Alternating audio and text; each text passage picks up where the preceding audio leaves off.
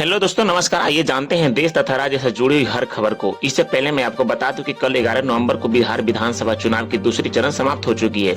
इसके मुताबिक exit poll भी सामने आते दिख रहे हैं। क्या इस बार सही साबित होंगे सर्वे रिपोर्ट्स? बिहार विधानसभा चुनाव 2025 के दूसरे और अंतिम चरण की वोटिंग भी खत्म हो गई है। एग्जिट पोल के नतीजे भी सामने आने लगे। राज्य के 243 सीटों पर 2 चरणों में हुए चुनाव के बाद सभी की निगाहें अब 14 नवम्बर को आने वाले नतीजे पर टिकी हुई है। लेकिन उससे पहले एग्जिट पोल का भी रुझान सामने आ रहा है। बता दें कि बिहार में एक बार फिर से एनडीए सरकार बनती दिख रही है।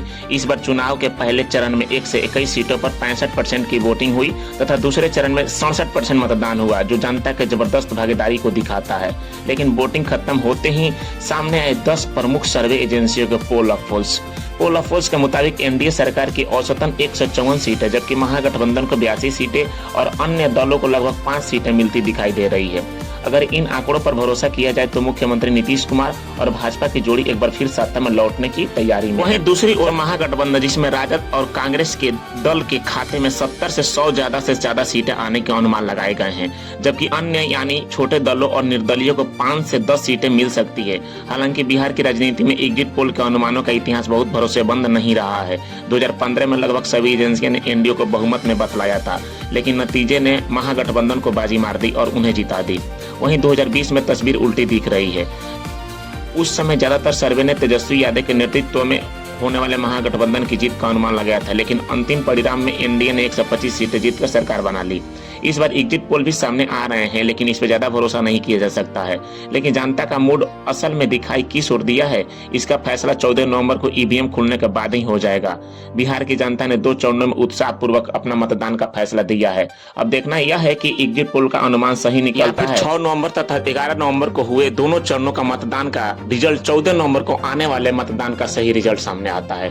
कृपया आप मेरे चैनल पर नए होंगे तो मेरे चैनल को सब्सक्राइब कर लीजिए। खबरें का सिलसिला यूं ही जारी रहेगी। आइए आपकी बार बिहार में तेजस्वी यादव की सरकार या फिर एनडीए के नीतीश कुमार की सरकार बन रही है। इस बार मैं आपको साफ साफ बताता हूँ। अब की बार बिहार में जो ये बढ़ चढ़कर ये वोटिंग का बदलाव हुआ है, या फिर नीतीश कुमार के ठहराव के लिए, या फिर जो 70% से ज्यादा वोटिंग पड़ा है, 74 साल के नीतीश कुमार के हक में पड़ा है, या तेजस्वी बाबू को सरकार में लाने के लिए दिया गया है। एग्जिट पोल में पोल के पापा नीतीश कुमार की सरकार बनाने का दावा कर रहे हैं। क्या वही एग्जिट पोल इस बार सही साबित होंगे, जो अगले साल चुल्लू भर पानी में डूब मरे थे? खासतौर इस बार 2015 से 2020 में चुनाव हुआ, जो चुल्लू भर पानी में नाक रगड़ेंगे और समझेंगे कि बिहार बाबू जितना आसान नहीं है। Welcome to Bihar. यहाँ एग्जिट पोल गलत हो जाते हैं, या फिर इस बार एग्जिट पोल क्लियर मेजोरिटी दिखाई दे रही है। बिहार का इतिहास कहता है कि नीतीश कुमार जिधर रहते हैं उधर ही सरकार बन जाती है। लेकिन सवाल यह है कि इस बार बम्पर ऐतिहासिक वोटिंग पड़ी हुई है, जो बिहार की हिस्ट्री में कभी नहीं हुआ। इससे तवा पे रोटी नहीं तलेगी, या रोटी इन्हीं गर्मा गर्म नीतीश कुमार के थाली में परोसी जाएगी। सवाल यह है कि हर घर नौकरी देने का दावा करने वाले तेजस्वी बाबू पर क्या महिलाओं का नीतीश कुमार की तरफ मेहरबानी दिखाई दी जाएगी? क्या बिहार में बम्पर 70% वोटिंग नीतीश कुमार के सुनिश्चित कर दी है? जो एग्जिट पोल कह रहे हैं 10,000 नीतीश बाबू ने महिलाओं को दिया था, वो हर घर नौकरी पर भारी पड़ गया। यह सारा सवाल इसलिए है क्योंकि बिहार में आज दिन भर लंबी लंबी कतारें लगी थी। सुबह से शाम तक पोलिंग बूथ पर जो दिखाई पड़ा वो वोट सिर्फ नहीं था भाई, वो ऐतिहासिक लम्हा था। और ये सारी बातें आज इसलिए हो रही है क्योंकि बिहार में दोनों फेज की वोटिंग खत्म हो गई है। 6 नवंबर 1 से 21 सीटों में और दूसरे चरण में 11 नवंबर की 122 सीटों पर वोटिंग हुई। 70 से ज्यादा % वोटिंग पड़ी हुई है। सिर्फ आंकड़ा नहीं है, इशारा यह है कि, लेकिन इसके सारे समझने के लिए क्या है? एग्जिट पोल के जरिए या कमेंट सेक्शन के जरिए जनता का दिल किधर जा रही है भाई? सत्ता की तरफ या फिर विरोधी की तरफ? क्योंकि बिहार में इतना वोट कभी नहीं पड़ा हुआ है। 1952 में जब पहली बार में लोकतंत्र की सांस ली हुई थी बिहार में, तब 42% वोटिंग पड़ी हुई थी। 2000 में मैक्सिमम वोट पड़ा था 62%। इस बार 70% इस सेकेंड फेज में कर दिया गया है।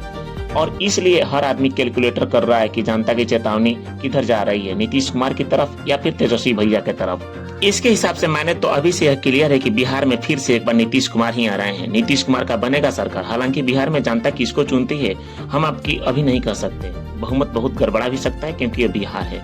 14 तारीख को नतीजा सामने आएगा तो आप लोग देख लीजिएगा। लेकिन पोल के पापा कहते हैं कि महागठबंधन का मामला गड़बड़ा गया है और इसके पीछे कई वजह है। फिलहाल इस बार बिहार में वोट ऐतिहासिक पड़ी हुई है। दोनों साइड की जोड़ लगाए हुए थे, इससे ज्यादा वोट कभी नहीं पड़ा। देखना होगा कि बिहार का भविष्य क्या है। नीतीश बाबू मसीहा रहेंगे या फिर तेजस्वी नौकरी का योद्धा बनेंगे?